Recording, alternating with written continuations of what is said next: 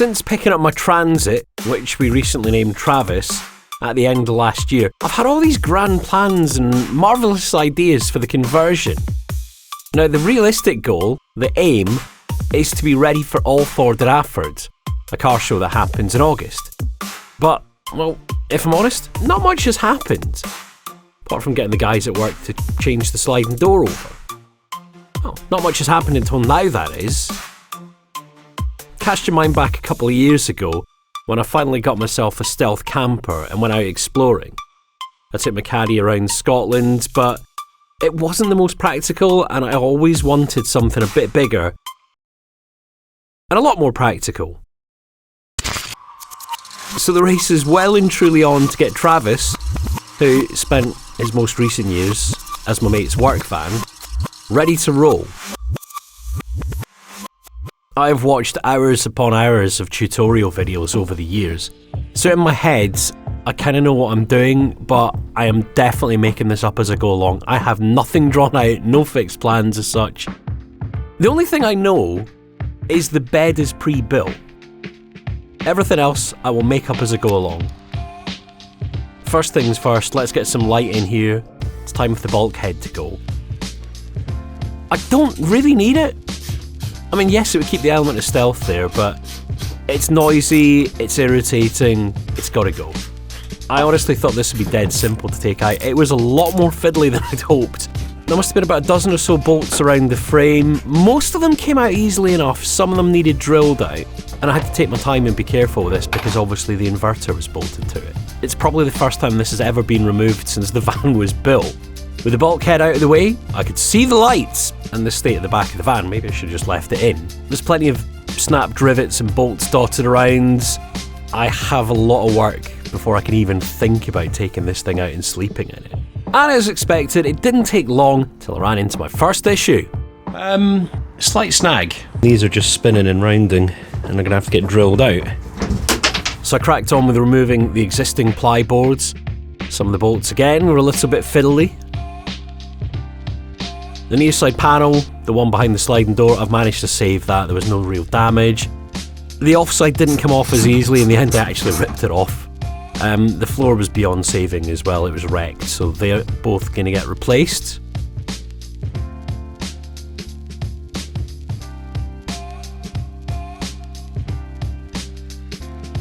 And there we go.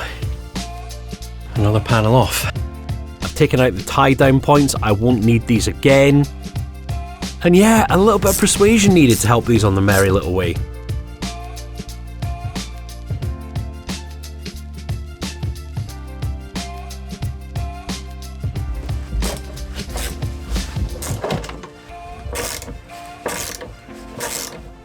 After a couple of hours of work, there really wasn't anything to suggest the van had a former life.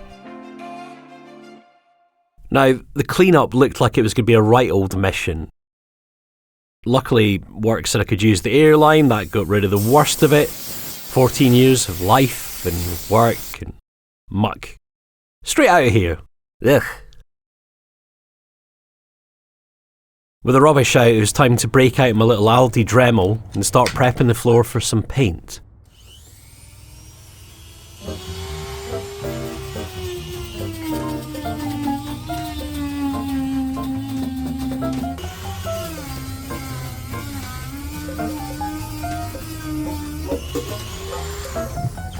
Jesus.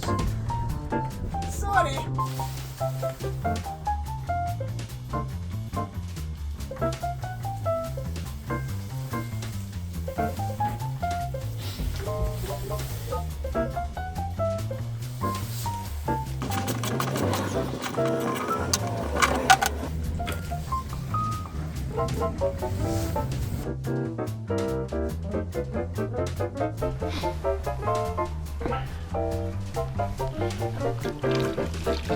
This bit really was labour intensive and quite boring.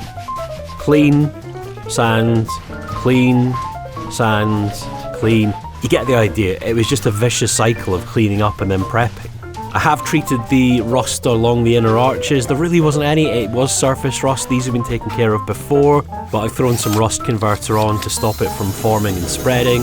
Speaking of which, it wasn't long before I hit problem number 2. I knew buying a Transit, there was a rust, it was all going to go to hell. Well, when I was clearing out the van earlier, getting ready for paint, I was looking at the sill thinking, that looks a bit more rusty than when I first got it. Turns out it's a lot more rusty than when I first bought it. This one was on me. I went and prodded the sill because it was looking quite ropey. That's a very valuable lesson in leaving things alone. Now on the bright side, replacement panels are dirt cheap and easy to get hold of. We will be tackling this, by the way, in the next video.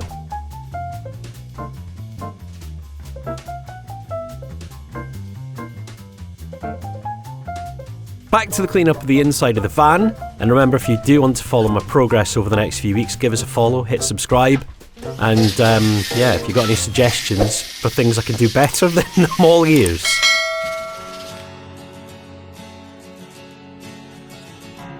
A touchdown, headed on a bus to a new town. You say my mom had a fall, she's in the hospital. Now the car's broke, you're pulling up to an empty road. Lights flashing and you don't know where to go.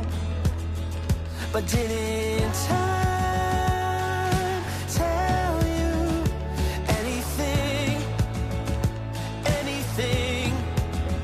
But didn't time tell you anything, anything? You're my love, you waited for me all day and all night. You were hoping for me to come back again.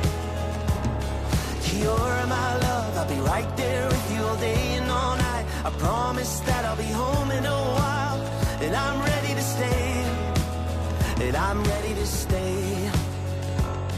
The heat's off, it always happens when I'm gone. There's no quick fix, and you're on your own. I'm going to sleep while my son rushes to A&E. There's fear in his voice, in his eyes, and he can breathe. But didn't time tell you anything, anything? But didn't time tell you anything, anything? You're my love, you waited for me all day and all night. You were hoping for me to come back again. You're my love, I'll be right there with you all day and all night. I promise that I'll be home in a while, and I'm ready to stay, and I'm ready to stay. I'm ready to stay. I'm not going away. I'm ready to stay.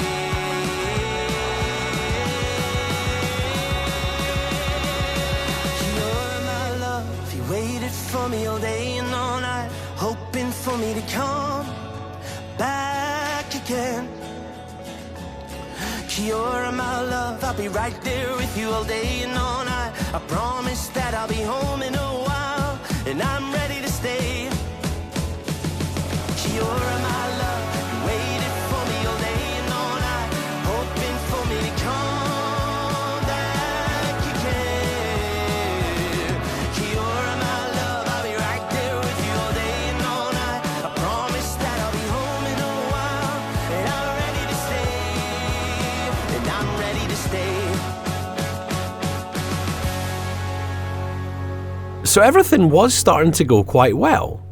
The only downside is I'm going to run out of paint before I finish this bit.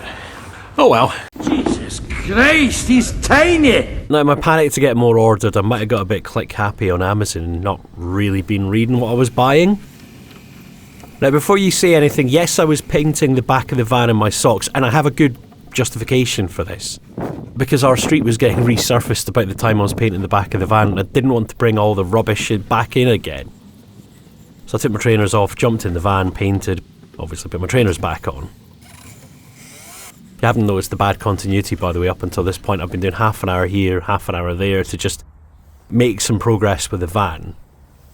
And with the paint running low again, it was time to break out the emergency ration, which I'd kind of hoped I wouldn't need.